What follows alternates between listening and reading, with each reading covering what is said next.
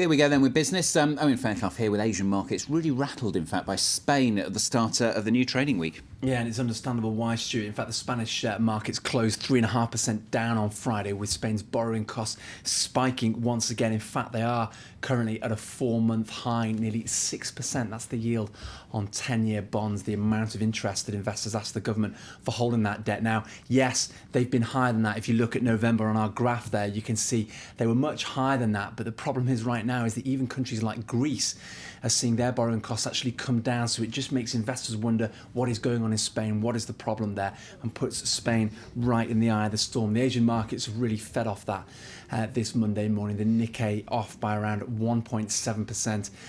Gains in Hong Kong and China slightly mitigated, but you can see the general pattern there across the board in Asia. And investors working out how to play China, really, after some currency moves over the weekend. Yeah, so those losses in China were slightly mitigated. That was after some fairly big moves, as you say, by the Chinese government. They've basically allowed the trading gap on the yuan, the way it's traded on foreign markets, to widen slightly. What does that mean? Well, basically, it raises the value slightly of that currency. Remember, it's been a long-standing grievance, particularly from countries like the US, that China deliberately undervalues its currency to keep it competitive. The US have given China a bit of a pat on the back with that and said they welcome those kind of moves. It's all towards trying to open up China just a little bit more, make it a little bit more transparent for foreign investors. Well, let's head back to home shores, because all the main French presidential candidates were out on the campaign trail over the weekend. But it's Nicolas Sarkozy's words, well, they're likely to resonate across the border in Frankfurt and Berlin. That is because the president has broken an economic and political taboo, calling for the European Central Bank to give his country's flagging growth a boost. Kate Moody explains. A first for Nicolas Sarkozy on the campaign trail, calling for the European Central Bank to take a more active role in supporting growth. If Europe doesn't want to lose its footing in the world economy, it absolutely needs growth. If the central bank doesn't support growth, we will not have enough growth. The call is likely to upset his German ally Angela Merkel, who wants the ECB to stick to its stabilizing role.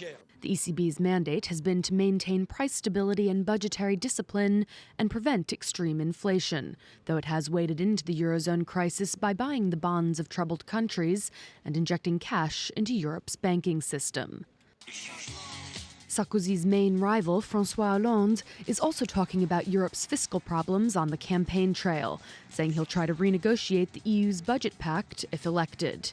He wants governments to be allowed to spend and invest more to promote economic growth. The Europe we want cannot confine itself to being an austerity organisation, especially with growing unemployment and the threat of recession. Any effort to change the ECB's mandate or Europe's budget agreement would be hard to realise. It would require the approval of all 27 members of the European Union. Yeah, just to pick up on that, Stuart, that's the point. If you start saying to France, well, yeah, we'll help you out with your growth, where do you stop? Effectively, you've got lots of Eurozone countries in worse trouble than France right now. Spain, we mentioned at the top of the show there, with its borrowing costs rising. This is a country that needs to try and make savings of around 15 billion euros. That brought people back out onto the streets. You can see there across Spain over the weekend, demonstrating against cuts to health and education budgets. Remember, the Spanish government has slipped on its budget, its deficit reduction targets, has to cut around 15 billion euros from the budget over the next few years, and people are starting to react. It all looks a bit familiar, doesn't it, when you think about countries like Greece and Portugal? Sure does. Let's get a few more of the day's business headlines now. Google's Android smartphone operating system is to face its first major legal challenge this Monday, when the internet giant takes on Oracle in the latest patent battle. Computer hardware maker Oracle suing Google, in fact, for around $1 billion in damages, claiming its rival copied software code to create Android. Google denies copyright infringement. The case expected to last up to 2 months, unless, of course, an out-of-court settlement is reached there. Singapore's sovereign wealth fund is buying part of Goldman's stake in one of China's biggest banks. Temasek Holdings is paying $2.5 billion for a 5.3% stake in Industrial and Commercial Bank of China.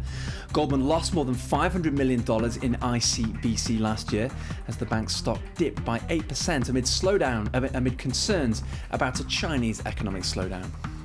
And Lockheed Martin's been dealt a new blow by the Dutch government, opting to buy fewer new fighter planes than originally planned. The Dutch had allocated around €4.5 billion to buy 85 Lockheed F-35 jets over the next 20 years.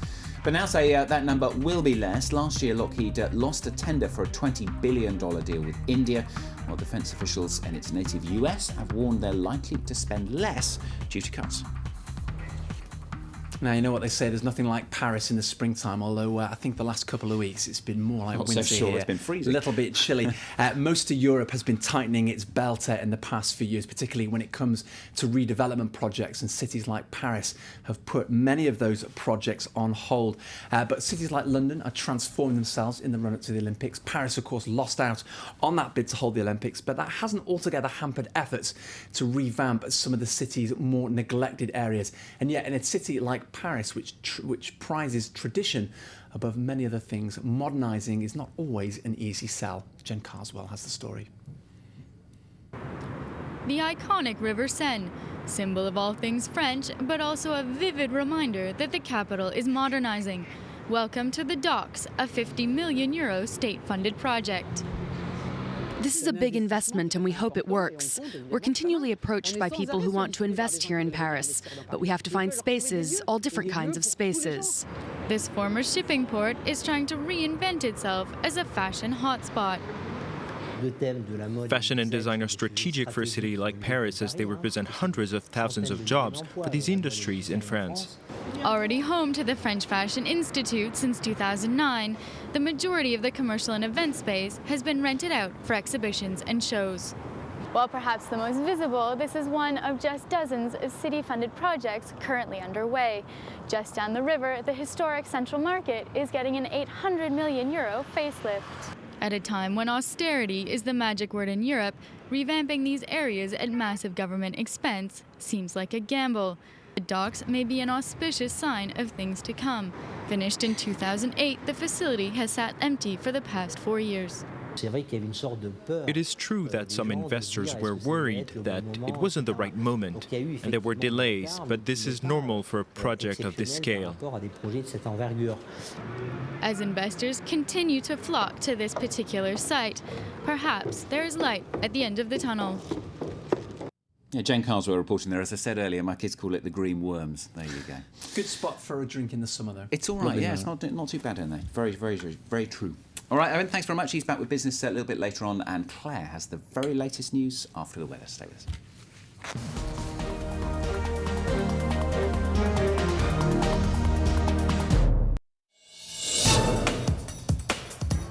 French farmers have barely recovered from last year's drought, and 2012 is already looking desperate.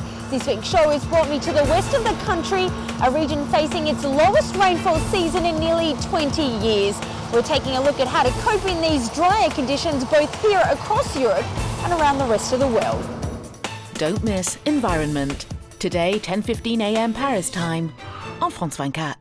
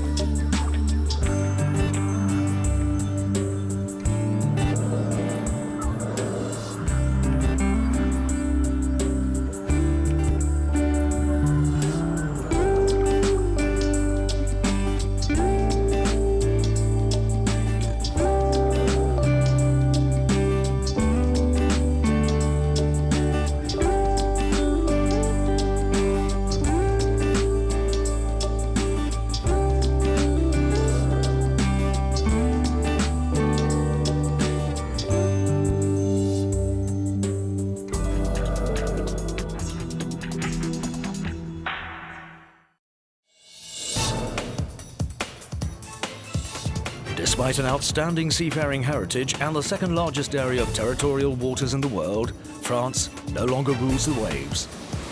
I hope that at least one boat will continue to fly the French flag. In my opinion, the real problem today isn't foreign workers. The real problem is a lack of cargo. There isn't enough work. That's the real issue.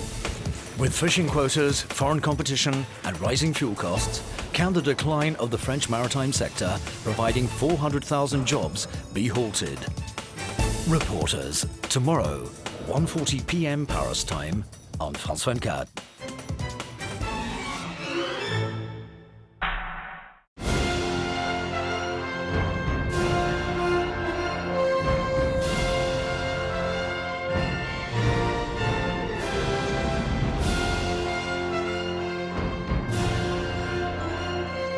From January to June, our reporters and special correspondents will bring you in-depth coverage of the US primaries, live on France 24.